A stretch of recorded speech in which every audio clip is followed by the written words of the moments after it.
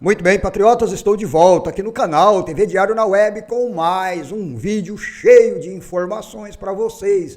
E tenho novidade hoje, hein? Novidades extraordinárias, no caso do senador Flávio Bolsonaro e também do Eduardo Bolsonaro. Mas eu tenho uma notícia acerca também do governo do presidente Lula. Olha, uma tremenda de uma bomba. Meu amigo, minha amiga, você vai realmente ficar arrepiado ao saber que o deputado federal Gustavo Gayer, ele elaborou uma receita e já tem um plano de como fazer com que a direita vença a eleição e passe por cima aí desse pessoal da esquerda e do Lula feito um trator, exatamente. Eu vou mostrar para você o que foi que disse então aí, qual é o grande plano elaborado pelo deputado federal Gustavo Gayer, tá? Deixe seu like aí no canal e vamos ver essa matéria que, olha, tá pegando fogo, hein?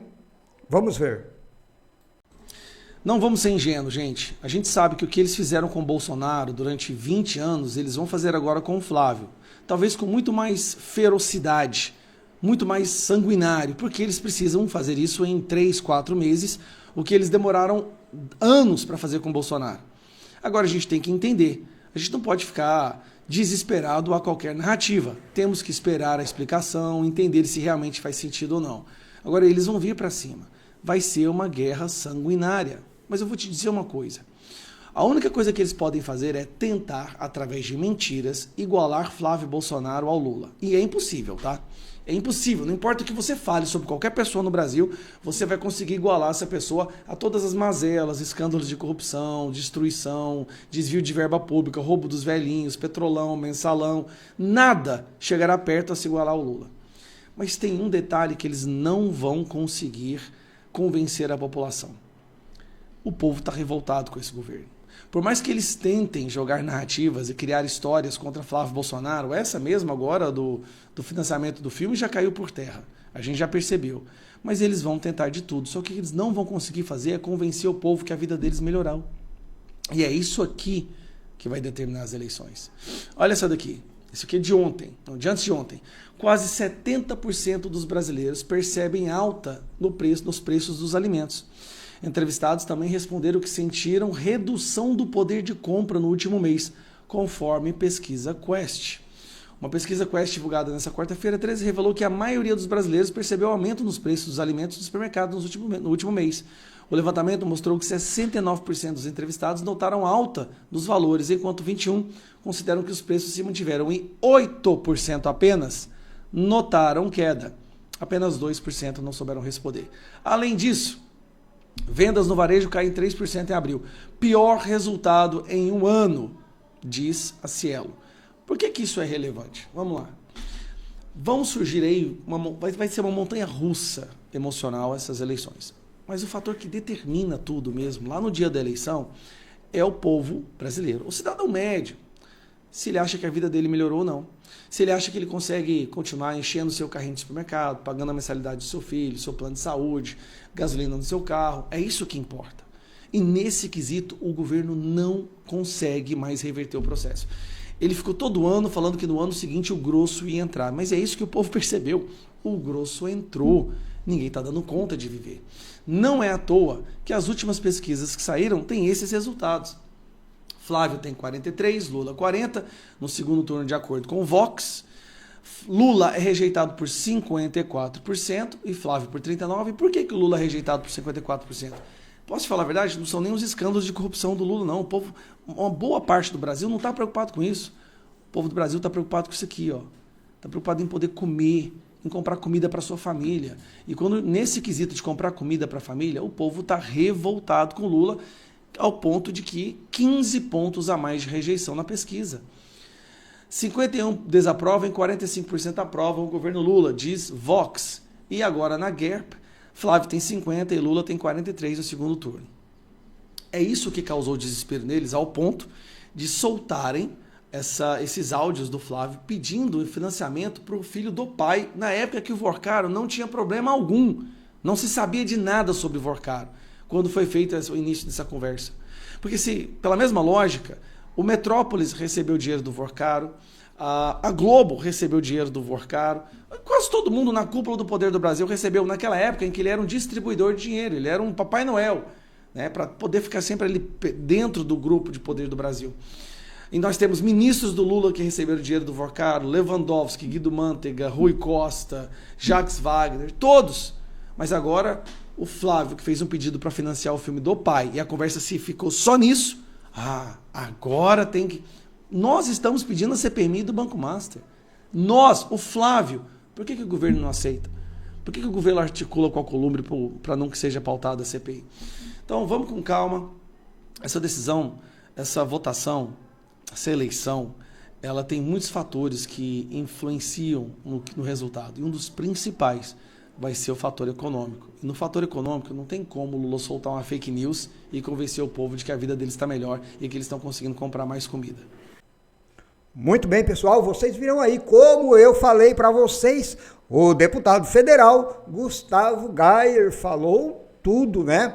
Então, pessoal, mas deixa eu chamar a sua atenção, você que ainda não é inscrito aqui no canal, eu gostaria de pedir para você se inscrever no canal e olha, vou pedir para você deixar sempre a sua opinião aqui nos comentários do vídeo, para você que é de direita, tá bom? E dizer que é muito importante, pessoal, você deixar o comentário porque ajuda a dar engajamento para o canal, tá bom?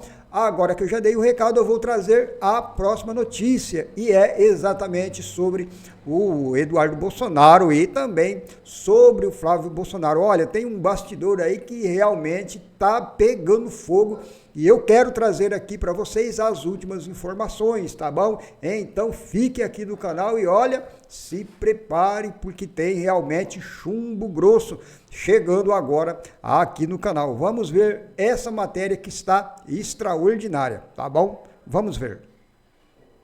Informações do site Poder 360. O ex-deputado federal Eduardo Bolsonaro do PL São Paulo negou nesta sexta-feira, dia 15 de maio, em vídeo publicado no Instagram, ter recebido apoio financeiro nos Estados Unidos de Daniel Vorcaro, fundador do Banco Master, para o filme Dark Horse, sobre Jair Bolsonaro. A declaração de Eduardo foi feita depois de uma nova reportagem do Intercept Brasil mostrar que o ex-deputado federal atuou como produtor executivo do longa e tinha poder para autorizar movimentações financeiras do projeto, contrariando declarações anteriores de que não participava da gestão dos recursos. Eduardo Bolsonaro admitiu ter firmado contrato com produtora para contratar o diretor de Hollywood e desenvolver roteiro cinematográfico do filme. Disse ter investido 350 mil advindos do seu curso, Ação Conservadora, e convertidos em aproximadamente 50 mil dólares. O ex-deputado enviou o montante aos Estados Unidos e afirmou que assumiu integralmente os riscos financeiros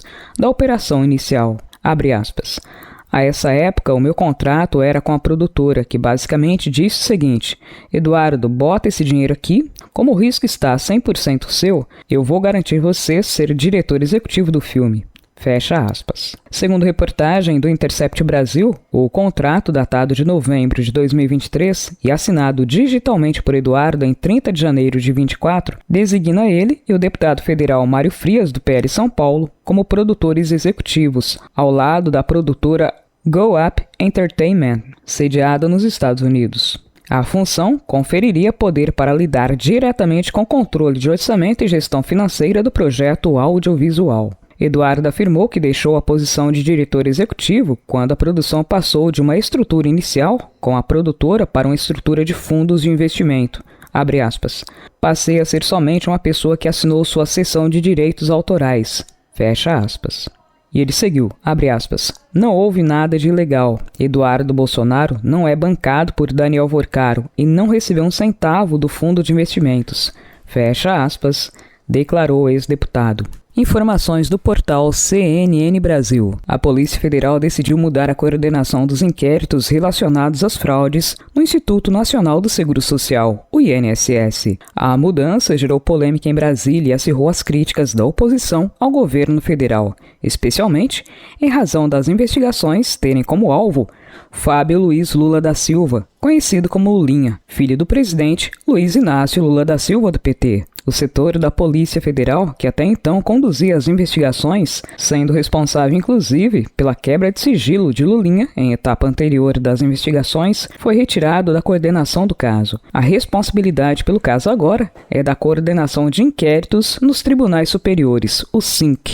As investigações sobre as fraudes do INSS tiveram início na Justiça Federal, mas à medida que passaram a envolver políticos e autoridades com foro privilegiado, foram encaminhadas ao Supremo Tribunal Federal, o STF.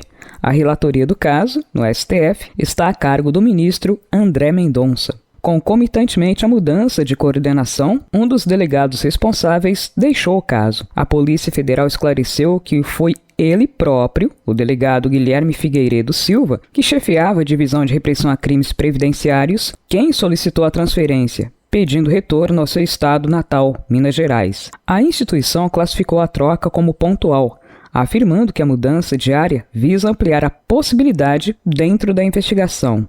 No entanto, a explicação não foi suficiente para conter as críticas. Segundo a apuração da CNN, a mudança ocorreu há pelo menos 2 semanas, mas o ministro André Mendonça não havia sido informado previamente.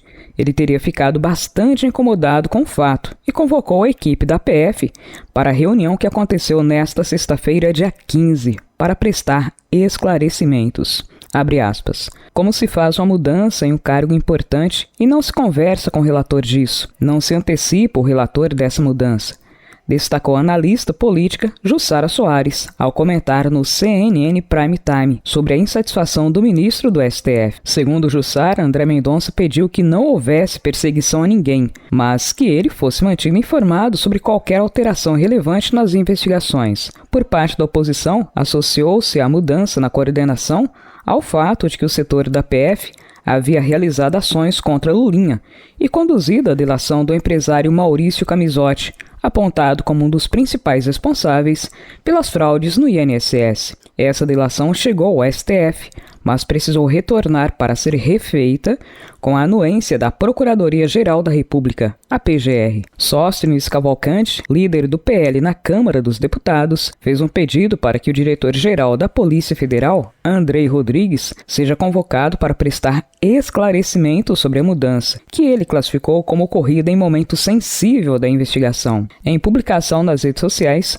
Sóstenes Cavalcante lembrou que, quando Jair Bolsonaro substituiu um superintendente da Polícia Federal durante investigações que poderiam atingir seus filhos e aliados, foi duramente criticado pela classe política e pela opinião pública. Muito bem, meus amigos e minhas amigas do Brasil inteiro, você patriota, você que é bolsonarista, você que é de direita, né? Você que é um apoiador do ex-presidente e também você que é um apoiador do futuro presidente do Brasil, Flávio Bolsonaro. Eu te convido a vir aqui para o canal TV Diário na Web, você que de repente já é seguidor nosso em outros canais aí na internet, né? Vem para cá você também para seguir a gente, estar conosco aqui nesse canal, tá? Lembrando que aqui as notícias são sempre notícias muito polêmicas e muito verdadeiras também, para que você, meu amigo que é de direita, fique sempre muito bem informado, tá bom? Tô indo embora, deixo a todos um grande abraço, mas eu volto no próximo vídeo, se Deus assim nos permitir. Tchau.